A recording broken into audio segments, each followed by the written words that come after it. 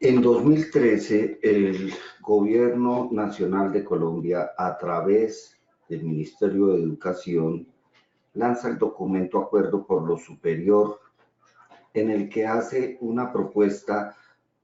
para el diseño de la política pública orientada hacia el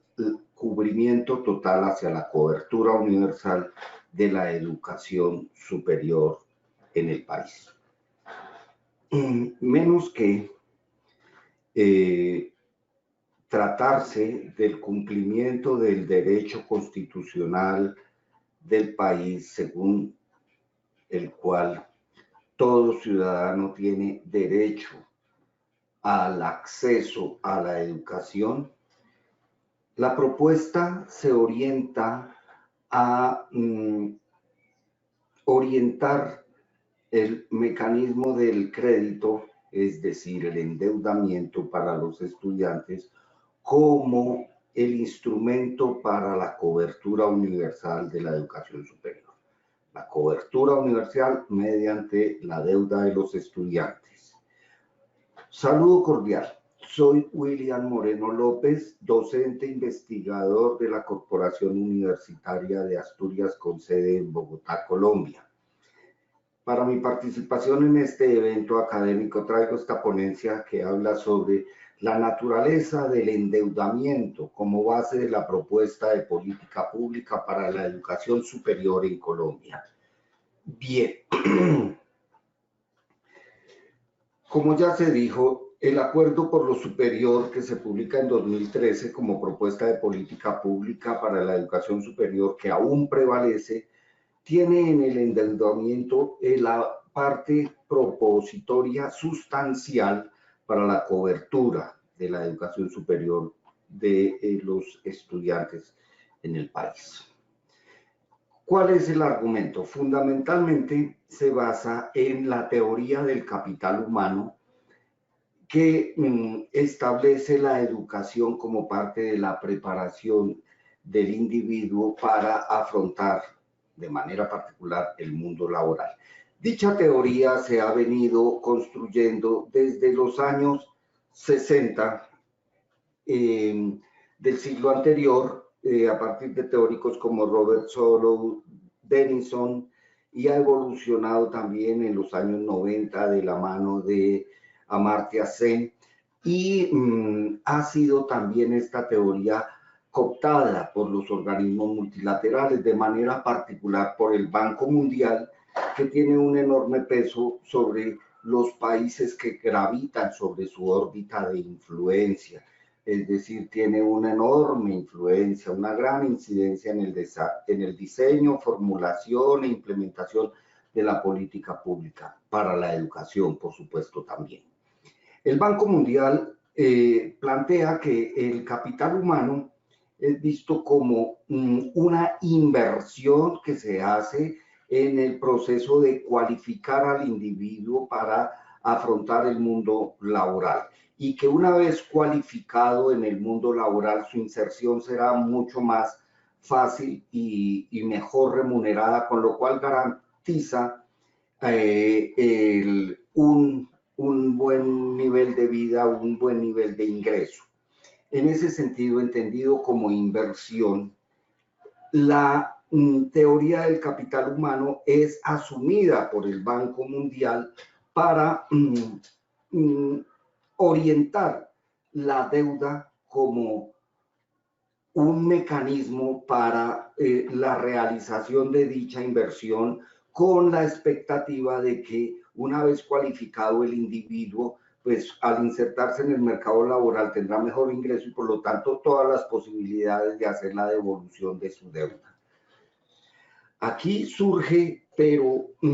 ¿qué es lo que hace que sea ese proceso de endeudamiento tan importante como para hacer la oferta de política pública? Pues bien, hay que recordar que el modelo económico, el modelo de acumulación que tenemos actualmente en los países de la región de América Latina es el modelo neoliberal, y que ese modelo ha trascendido hacia la financiarización de la economía, entendida esta como esa dinámica que tiene la economía en que las inversiones se canalizan mayoritariamente de manera favorable hacia la compra, la adquisición de derivados financieros, swap, forward, CDTs, títulos de deuda, bonos, etcétera, que son derivados financieros que generan una rentabilidad. De preferencia, las inversiones se hacen allí. Grandes masas de capital dejan de hacer inversión en el sector real para hacer inversión en el sector financiero, con lo cual se deprime la producción y el empleo, es decir, el sector real de la economía. La pregunta es, ¿de dónde obtiene el sector financiero los recursos para pagar los rendimientos de los títulos y de los derivados que han adquirido los inversionistas? Pues bien, es aquí donde reside la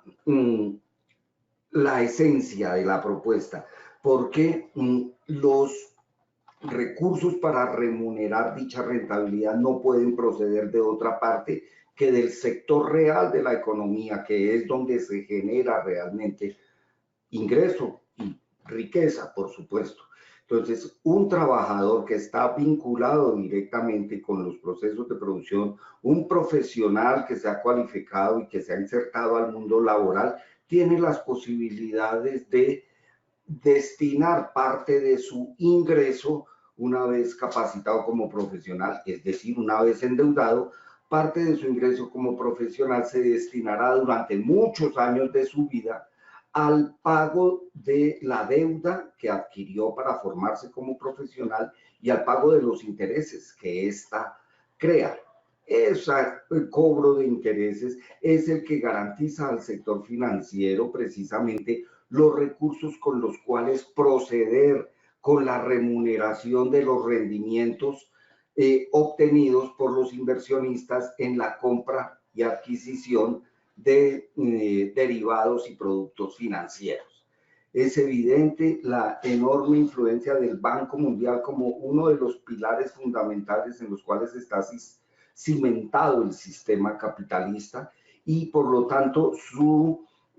influencia para que la política pública esté basada en un instrumento que garantiza la remuneración de esas inversiones hechas en un panorama financiarizado de la economía. De tal manera que es viable afirmar que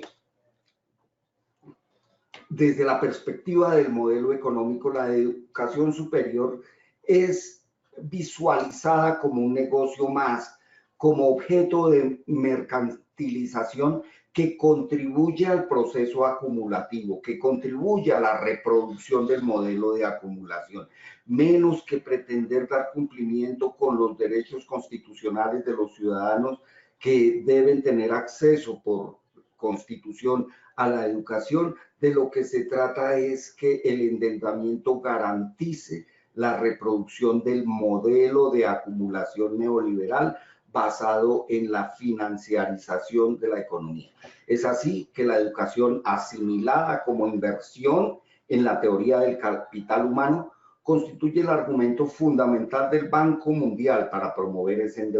endeudamiento como alternativa de acceso y estrategia paradójicamente de cobertura universal para la educación superior en Colombia. Muchísimas gracias.